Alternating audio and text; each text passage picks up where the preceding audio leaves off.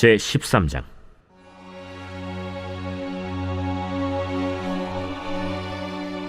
그 후에 이 일이 있으니라. 다윗의 아들 압살롬에게 아름다운 누이가 있으니 이름은 다말이라.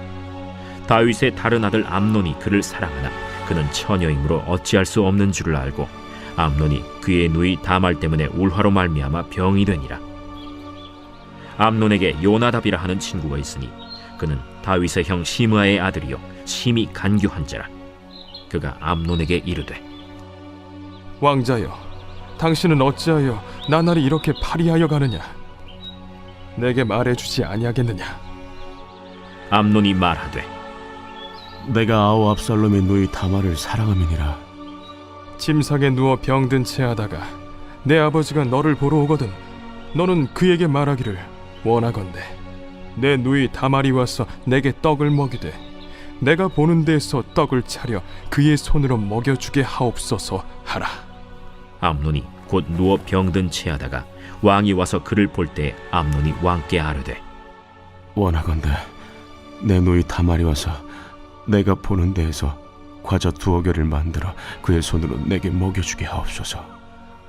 다윗이 사람을 그의 집으로 보내 다말에게 이르되, 이제 내 오라버니 암논의 집으로 가서 그를 위하여 음식을 차리라.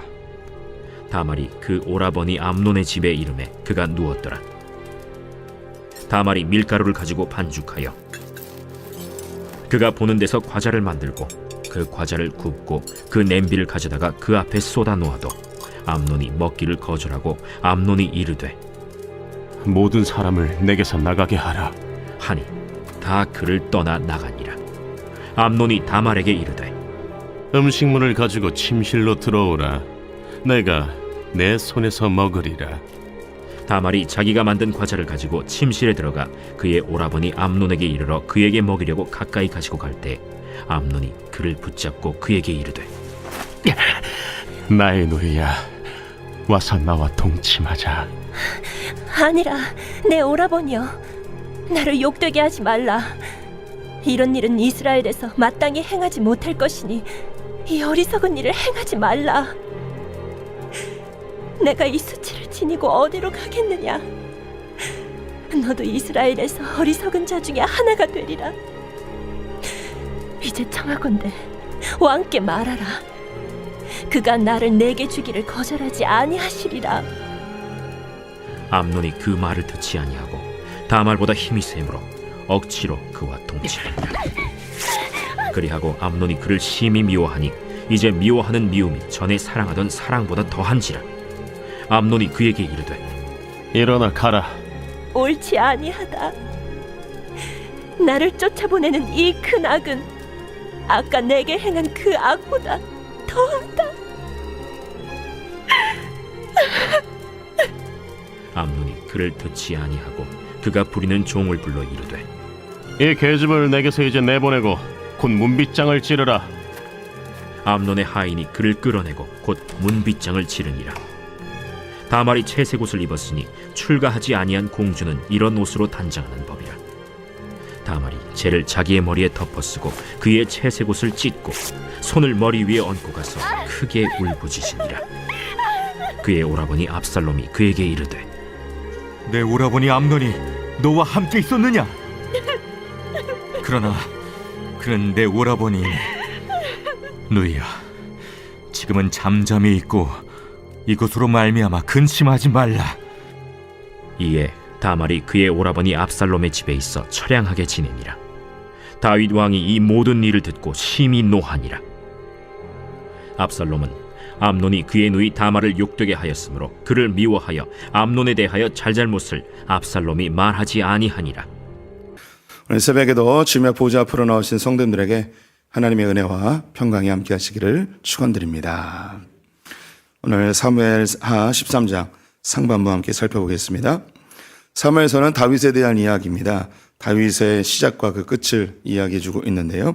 사무엘상은 사울에게 쫓기던 다윗이 자유롭게 되는데 그것은 사울의 죽음으로 마무리되기 때문입니다. 사무엘하는 이제 다윗이 이스라엘의 왕위에 등극하는 장면입니다. 7년 6개월 동안 유다의 왕으로 있다가 사울의 가문이 다 몰락하게 되자 전체 이스라엘의 왕이 되어지죠. 이스라엘의 왕이 된 다윗은 제일 먼저 수도를 예루살렘으로 옮기고 그리고 잃어버렸던 법궤를 되찾아오는 일을 합니다. 세 번째로 법궤를 보관할 성전을 짓고자 하였는데요. 하나님께서는 다윗의 마음에 감동하셔서 다윗 언약을 세우시게 됩니다. 그리고 마지막으로 보여주는 장면이 외부의 세력들을 물리치고 내부적으로는 공의와 정의로 나라를 잘 다스리며 평안한 모습을 보여줍니다. 여기까지가 이제 다윗의 그 통치 기간 중에 평안했던 그의 승승장구하는 모습입니다. 하지만 11장부터 나오는 이 다윗의 쇠락의 장면이 등장하게 되는데요. 그 중간에 두 가지 사건이 기록되어 있습니다. 하나는 요나단의 아들 무비보셋을 왕자의 자리로 올리는 은혜로 돌려주는 장면입니다. 그의 아버지 요나단으로부터 다윗이 은혜를 받았죠. 이 은혜를 그의 아들 무비보셋에게 흘려보내는 다윗의 은혜에 선순하는 장면이 있는 반면 그 다음의 모습은 암논의 왕이 죽게 되자 조문단을 보냅니다. 다윗이 은혜를 베푼 거죠. 성경에 보니까 이 다윗 암논의 이제 왕으로부터 정확하게 기록되어 있지 않지만 어떤 은총을 받았다고 기록되어 있습니다. 죽은 왕, 이제 아들 왕이 자리에 오른 거죠. 은혜를 베풉니다. 조문단을 보냅니다. 하지만 수염을 자르고 수치를 주고 모욕을 주고 돌려보내게 되죠. 은혜의 선순환이 일어나지 않자 전쟁에서 암논이 처참하게 패하는 모습을 보여줍니다. 그래서 이 은혜의 선순환의 모습이 다윗에게 복의 모습과 그리고 은혜의 선순환이 파괴되자 그것이 한 족속의 몰락의 모습으로 이렇게 차이나게 보여주죠. 그리고 이제 11장부터 다윗의 쇠락을 보여주는데 이 중간에 은혜에 대한 부분을 왜 언급하고 있는가? 다윗이 이런 쇠락의 근본적 이유가 바로 이 은혜의 선순환이 막혀버렸기 때문이다. 은혜가 흘러가지 못하고 이 다윗의 마음속에 은혜를 자기의 의나 자기의 업적, 즉 교만함으로 서 있었기 때문에 이것이 이런 일들이 벌어졌다라고 성경은 우리에게 구조적으로 보여주고 있는 것이죠. 어제도 잠깐 말씀드렸듯이 이 사무엘하의 가장 마지막 장면에 나오는 것이 다윗의 인구조사입니다. 이것은 다윗의 가장 교만함을 보여주는 증거이죠. 이렇게 훌륭했던 다윗도 삶이 평안해지고 모든 것이 완벽하게 갖춰져 있었을 때 이것이 내가 이룬 거구나, 내 거구나라는 그런 이 교만함이 다윗을 장악해버렸습니다. 이 교만함은 최고의 권위자의 자리에 있을 때에 그 누구도 간섭하지 않고 그 누구도 제어하지 못하는 그런 권력을 갖게 됐을 때 자기가 원하는 대로 다 해나갑니다. 이것을 이제 자기 중심성이라고 하는데요. 자신이 하나님이 되고 그 누구도 나를 제어하지 못하는 상태. 교만함이라고도 할 수 있고 자기 중심성. 내가 원하는 대로 다 해야겠다라는 생각입니다. 우리 안에 밧세바를 보았을 때도 하나님 앞에서 그가 자기의 삶을 정돈하지 못했을 뿐만 아니라 그를 견제할 수 있는 그 어떤 신하들도 없었습니다. 그래서 그 우리아의 아내 밧세바를 범했을 뿐만 아니라 우리아를 전쟁 제일 앞에 내보내서 그를 죽게끔 만들어 버렸죠. 이렇게 이제 자기가 모든 것을 결정하고 선택할 수 있는 자리에 있을 때 가장 위험한 순간에 놓이게 되었습니다. 오늘 이 장면 역시 이 다윗이 올바르게 선택하거나 판단하지 못하는 다윗의 어리석음 혹은 그의 자기중심성을 또 보여주는 장면입니다. 13장 1절을 보시면 그 후에 이 일이 있으니라 라고 되어 있습니다. 성경을 읽으실 때에 그 일 후에 그 후에 이런 연결 부사들이 나옵니다. 이 앞에 있는 사건과 지금 있는 일이 깊은 연관성이 있습니다 라고 보여주는 설명이에요. 이것은 시간 순서대로 기록되어 있는 것이 아니고 앞에 있는 사건과 지금 있는 일은 상당히 많이 연관성이 있습니다 라고 이해하시면 되겠습니다. 앞에 있는 사건이 이 밧세바를 범한 사건이죠. 그리고 13장에 나오는 것은 이 큰아들 암논이 이복 여동생인 다말을 범한 사건입니다. 이 둘 사이에 시간적인 간격이 얼만큼 되는지는 우리는 알 수 없습니다. 뭐 몇 년이 지났을 수도 있고요. 상당히 오랜 기간 동안 이 사건이 그 사이에 어떤 일이 있었는지는 성경은 관심이 없습니다. 그 후에 이 일이 있으니라라는 것은 앞에 이 다윗이 밧세바를 범한 사건과 이 암논이 다말을 범한 사건, 이 사이에는 깊은 연관성이 있음을 보여주는 것이죠. 1절의 그 뒤에 부분을 조금 더 읽어드리면 다윗의 아들 압살롬에게 아름다운 누이가 있으니 이름은 다말이라. 다윗의 다른 아들 암논이 그를 사랑하나 라고 되어 있는데요. 여기는 주인공이 암논과 다말입니다. 두 명의 사건이죠. 그런데 다말을 설명할 때 압살롬의 아름다운 누이라고 기록이 되어 있습니다. 전 제일 먼저 언급되는 게 누구냐면 압살롬입니다. 그러면 이 사건이 왜 여기 언급되어 있는가? 뒤에 나오는 압살롬의 사건을 설명하기 위해서 이 사건까지 다 연결성이 있음을 보여주는 것이죠. 압살롬은 요나단과 대비되는 인물입니다. 요나단은 왕자였죠. 그런데 그가 자기의 겉옷을 벗어서 다윗에게 입혀주고 그의 갑옷도 벗어서 그에게 주고 또 그에게 친히 당신이 이 나라의 차기 왕이 됩니다. 당신이 왕이 되었을 때 내 자녀들을 돌봐주십시오. 이런 부탁도 하죠.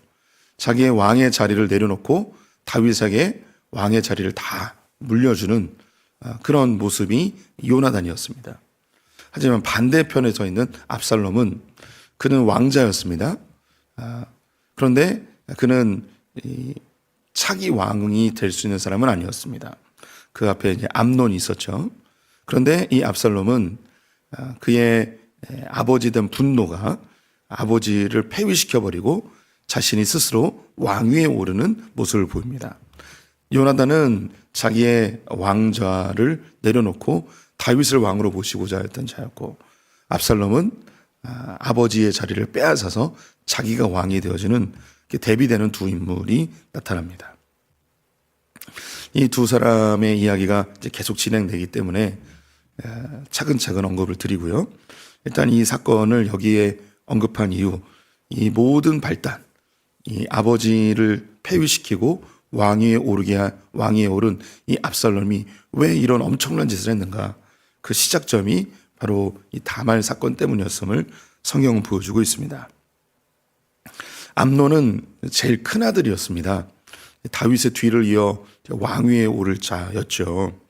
근데 이 암논이 이복 여동생이었던 다말을 흠모했습니다. 그런데 그 흠모함이 너무 과해서 화가 돼버렸습니다. 화병이 돼버렸죠. 2절 말씀을 보시면 그는 처녀이므로 어찌할 수 없는 줄을 알고 암논이 그의 누이 다말 때문에 우라로 말미암아 병이 되니라. 이것은 이제 상사병처럼 느껴지시죠. 그런데 이 본문은 조금 더 깊이 볼 필요가 있습니다. 그는 처녀이므로 어찌할 수 없는 줄을 알고 이 구절을 보면 처녀라서 어떻게 못했구나. 반대로 표현하면 유부녀라면 어떻게 했겠나? 뭐 이런 생각이 들 수도 있겠죠. 이 구절을 설명을 해드리면 당시 고대 이스라엘에서는 그 공주의 경우 주변에 호위무사들이 있었습니다. 그래서 이 호위무사들이 경호를 해줬어요. 뭐 다른 그 왕자들도 마찬가지긴 했는데요. 그래서 처녀이므로 어쩔 수 없다. 이것은 주변에 늘 호위무사들이 경호를 해주고 있기 때문에 이 암논이 이 여동생에게 자기가 하고 싶은 것을 할 수 없는 그런 상황을 설명해 주는 겁니다. 그러면 여기서 이 울화, 화병 이건 뭐냐? 그냥 단순히 좋아하는 게 아니었고요. 이 다말을 보면서 아름다웠다고 성경이 보여주고 있는데 이것은 단순한 성욕입니다. 이것은 사랑의 마음이 아니고 그 왕궁에서 그 자기 여동생을 보면서 그 마음에 이 성욕이 계속 끌어오르고 있었던 거죠. 상황만 되면 자기 성욕을 풀어내고 싶은 그런 욕구가 있었던 거죠. 그런데 이 욕구가 해결이 안 되니까 이것이 화병, 욕구가 해결되지 않을 때 우리가 화가 나죠. 화병이 되어버렸습니다. 이것을 사랑의 마음이 아니고 강력한 성욕이라고 이야기할 수 있는 또 다른 증거가 있는데요. 이 암논이 다말을 범하게 되죠. 그리고 범하고 나서 내보내 버립니다. 15절 말씀을 보시면 그리하고 암논이 그를 심히 미워하니 이제 미워하는 마음이 전에 사랑하던 사랑보다 더한지라. 암논이 그에게 이르되 일어나 가라. 그 욕구가 채워졌어요. 사랑했다면 이 동침한 것이 더 사랑의 마음이 이제 확장되고 그 다음 단계, 즉 생각할 수 있는 것은 결혼에까지 이르게 될 수 있겠죠. 하지만 자기의 성욕을 채운 다음에는 버려버리는 모습을 보입니다. 이 사이에 아주 나쁜 놈 하나가 등장하는데요. 그는 요나답이라는 사람입니다. 3절에 암논에게 요나답이라는 친구가 있으니 그는 다윗의 형 시므아의 아들이요 심히 간교한 자라. 암논이 혼자 끙끙대고 있었습니다. 친구 요나답이 나타납니다. 요나답은 사촌이에요. 다윗의 형의 아들, 사촌인 거죠. 매우 친했습니다. 그 마음속에 어떤 마음이 있는지 다 알았을 거예요. 그래서 그 마음속에 이 다말에 대한 그 욕구가 계속 끌어오르자 간교하게 그 여인과 동침할 수 있는 방법을 제시해 줍니다. 아픈 척하라고. 아버지가 올 거라고. 그럼 너가 뭐 해줄까? 그러면 여동생 다말이 구워준 과자가 있는데 옛날에 그거 먹었을 때 너무 맛있었다고. 그것만 먹으면 기운이 다시 돌아올 것 같다고. 그래서 이 다말을 들여보내죠. 다른 사람 다 내보내고 이제 범하게 됩니다. 이 뒤에서 암논의 마음을 자극하고 교묘하게 방법까지도 알려주는 이 요나답. 요나답은 사탄과 같은 존재입니다. 우리가 무엇인가 이제 사모하고 또 어떤 죄에 대한 그런 유혹이 있을 때 그것을 교묘하게 자극해서 그것을 실행하게 하는 존재가 바로 사탄입니다. 미혹하는 자이죠. 사탄은 우리를 직접 죄짓게 하지 않습니다. 하지만 우리의 귓가에 교묘한 말로, 간교한 말로 자극을 하죠. 그리고 죄에 걸려 넘어지면 이것을 참수합니다. 하나님에게 죄 지었다고 검사처럼 고발을 하죠. 그러면 공의로우신 하나님께서는 우리를 심판할 수밖에 없죠. 근데 다행히 우리를 대신해서 형벌을 지신 예수 그리스도가 있으셔서 우리는 구원에 이르게 됩니다. 이 사탄처럼 이 요나답이 교묘하게 이 암논을 자극합니다. 이것을 좀 더 큰 그림을 보게 되면 다윗은 예수 그리스도의 조상이 됩니다. 다윗을 통해서 구원자 예수가 탄생하죠. 사탄은 이 구원자가 나타나는 것을 극도로 싫어합니다. 왜냐하면 자기의 머리를 박살낼 존재이기 때문이죠. 그래서 역사 속에서 계속 이 구원자 예수 그리스도가 태어나지 못하도록 사탄은 방해를 합니다. 이 역시 다윗의 가문을 파괴해야 돼요. 그래야지 다윗의 후손으로 예수 그리스도가 탄생하지 못하기 때문입니다. 그래서 이 요나답이 사탄처럼 다윗의 가문을 박살내는 그런 역할을 하게 된 것입니다. 이 다말의 사건 이후 압살롬은 자기 여동생을 진정시키고 상황을 좀 주시하여 봅니다. 다윗은 이 소식을 다 듣고 분노하였지만 그 이후에 어떤 조치도 하지 않습니다. 압살롬도 이것을 2년 동안 잠잠히 보면서 아버지가 어떻게 처리하는가, 아버지가 형에 대해서 어떤 징계를 하는가, 이것을 주의하여 봅니다. 그런데 아무 일도 일어나지 않았어요. 그리고 나서 이제 드디어 2년 뒤에 압살롬이 실행을 하죠. 그 형을 죽이게 되는 겁니다. 다윗이 왜 이 큰아들에 대해서 그 어떤 조치도 하지 않았는가? 이유는 성경에서 언급되어 있지 않습니다. 우리 읽는 우리 성도들로 하여금 다양하게 상상하고 다양하게 해석할 수 있도록 그것을 열어놓은 거죠. 매우 복잡한 마음이 있었을 것 같습니다. 첫 번째 생각할 수 있는 것은 이 밧세바를 범한 사건이 왕궁에 이미 다 이야기가 되었을 것이고 누구보다 자녀들이 알고 있었을 거예요.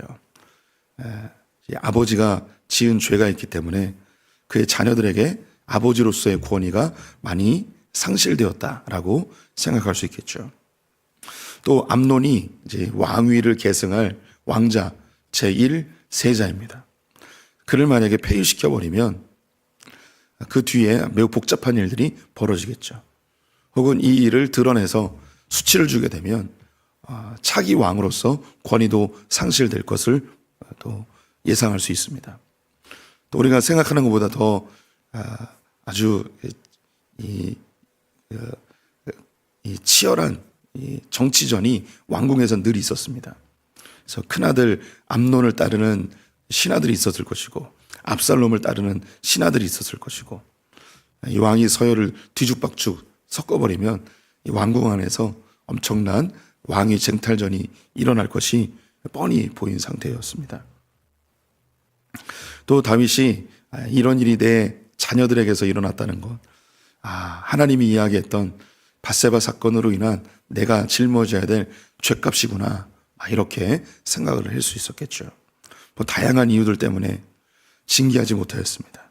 그 결과 압살롬은 분노하였고 그의 형을 죽이고 아버지와 완전히 등을 지는 관계가 되어 버렸습니다. 이 사건이 우리 성도님들에게 어떤 교훈으로 다가올까요?